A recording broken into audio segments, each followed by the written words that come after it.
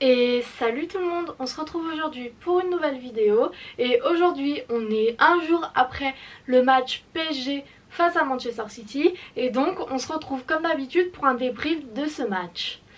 Il y a beaucoup de choses à dire sur ce match parce que c'était un match assez intéressant à analyser, donc je vais pas faire une introduction plus longue que ça.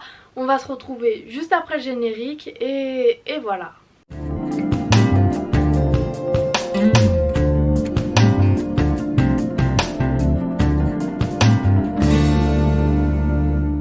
Ce match était très intéressant à analyser parce que c'est vrai qu'en un match on a vraiment eu deux mi-temps différentes. La première mi-temps on a vu Paris très dominateur, Paris qui jouait bien vers l'avant, qui était parfait tactiquement, et une deuxième mi-temps où Paris n'a pas existé du tout.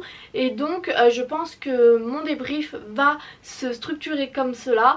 D'abord je vais parler de la première mi-temps et donc beaucoup de Paris, et c'est vrai que la deuxième mi-temps, mon analyse elle sera plus sur Manchester City.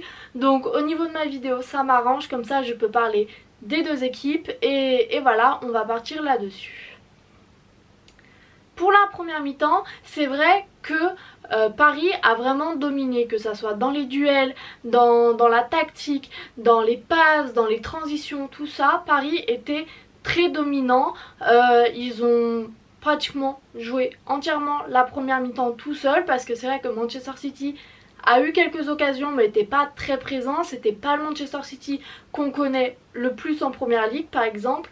Et oui, c'est assez étonnant parce qu'on n'a pas l'habitude de voir un Manchester City jouer comme cela, mais il faut noter qu'au niveau tactique, la première mi-temps de Paris était vraiment en place. Pochettino là-dessus, il a fait un très bon travail, les transitions, le milieu de terrain, ça marchait vraiment bien. La défense était très solide, on avait peur de Baker et Florenzi sur les côtés, mais pour la première mi-temps, ça a très bien marché et donc oui, une première mi-temps vraiment dominée par Paris et donc ils ont logiquement ouvert le score. C'est vrai que je m'attendais pas forcément à voir Paris jouer comme cela parce que Manchester City, on sait maintenant que quand Manchester décide d'attaquer, c'est vraiment très difficile à contrer, mais c'est vrai que pour cette première mi-temps, Manchester a décidé de laisser Paris Saint-Germain jouer, j'ai l'impression, et donc le Paris Saint-Germain a joué sous très haute intensité. Et je pense que c'est ça qui les a perdus parce que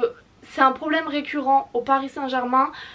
Depuis le début de saison, il y a des problèmes de forme dans cette équipe. Les joueurs ont l'air complètement cramés après une première mi-temps, ne serait-ce qu'en Ligue 1. En début de saison, c'était compliqué de tenir tout un match. Donc sous l'intensité de Manchester City, qui est une intensité très anglaise, en première ligue, l'intensité elle est vraiment très forte. C'est ça qui a perdu Paris et c'est Pochettino aussi qui pour moi a vraiment mal coaché cette équipe ce soir-là et on verra cela dans la deuxième partie. Mais pour cette première mi-temps, je voulais revenir un peu secteur par secteur parce que c'est vrai qu'au niveau de la défense, la première mi-temps, je parle exclusivement de la première mi-temps, ça a été très solide en défense. Kimpembe Marquinhos, c'est vraiment une défense que j'aime voir jouer ensemble. C'est une défense que j'aime beaucoup, qui est très solide pour moi. Généralement, c'est une défense qui tient plutôt bien. Et pour les côtés, c'est vrai que Baker Florenzi, on avait quelques doutes avant le match. Tout le monde l'a dit, je pense, on avait pas mal de doutes là-dessus. Et c'est vrai que pour la première mi-temps, ça a bien fait déjouer les journalistes, ça a bien fait déjouer les commentaires parce qu'ils ont bien tenu la première mi-temps. À l'image de toute l'équipe, ça a été vraiment bien. Le milieu de terrain a vraiment été superbe en première mi-temps, j'ai vraiment aimé voir cette équipe jouer. Le milieu de terrain, ils ont réussi à totalement faire déjouer Manchester City, oui. Le milieu de terrain a vraiment été parfait. Di Maria, pour moi, c'est l'homme du match du côté du Paris Saint-Germain parce qu'il a vraiment fait un match magnifique. Et oui, cette première mi-temps, pour moi, elle a été parfaite pour Paris. Après, le problème, c'est la deuxième mi-temps. La deuxième mi-temps, pour plein de raisons différentes, ça a tourné au désastre pour Paris et je vais l'évoquer un peu plus là-dessus. Mais je pense que il y a aussi le fait que Manchester City ait décidé d'accélérer le niveau, d'accélérer le rythme de jeu. Et Paris n'a tout simplement pas su réagir à ça parce que les joueurs étaient très fatigués de la première mi-temps. Et pour moi, si Pochettino a vraiment réussi une superbe première mi-temps, une première mi-temps tactiquement parfaite. Je trouve que pour la deuxième mi-temps, il a trop tardé à faire des changements. Quand on a vu que les joueurs commencent à vraiment être fatigués, à vraiment avoir du mal à suivre, Pochettino aurait dû faire des changements, aurait dû faire rentrer des joueurs. Il a la possibilité de le faire avec le banc qu'il a. Donc voilà, oui vraiment, il aurait dû faire des changements pour cette seconde mi-temps. Et peut-être que ça aurait pu éviter le désastre de cette deuxième mi-temps. Après, il faut noter aussi que Pep Guardiola et Manchester City ont très bien su répondre en cette deuxième mi-temps parce qu'au niveau tactique, là, cette fois-ci, c'est vraiment Manchester City qui a contrôlé la deuxième mi-temps.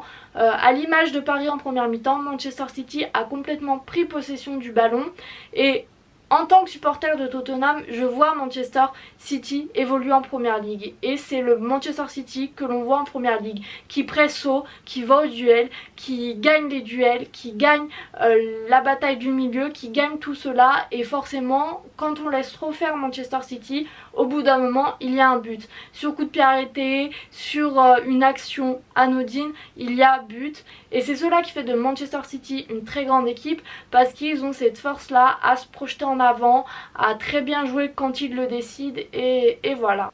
Et par rapport à ça, du côté de Paris, c'est vrai que Neymar et Mbappé, on en a beaucoup parlé, on leur a on a beaucoup parlé sur eux, on leur a décerné beaucoup de lauriers, on a beaucoup parlé d'eux, notamment pour les matchs face au Barça et au Bayern. Et c'est vrai qu'aujourd'hui, ils ont été complètement absents. Je peux comprendre qu'ils aient des matchs de moins bien. Après, c'est vrai que le problème, c'est que ça arrive dans un match très important. Et oui, il faut quand même le noter.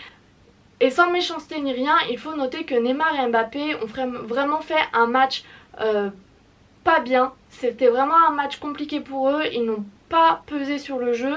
Le but vient d'un défenseur. Donc oui, Mbappé et Neymar ont fait de belles choses face au Bayern et au Barça. Et j'espère que le match retour, ils seront à nouveau à leur top niveau parce que cette équipe va en avoir besoin.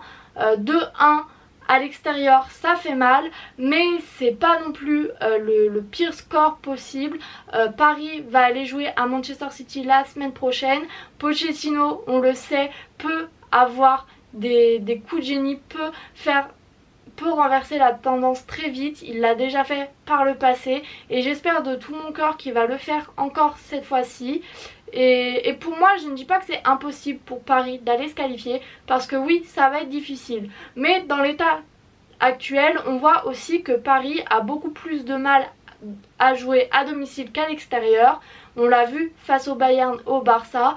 Donc j'espère que cette fois-ci, Paris arrivera aussi à jouer bien à l'extérieur pour aller chercher la qualification.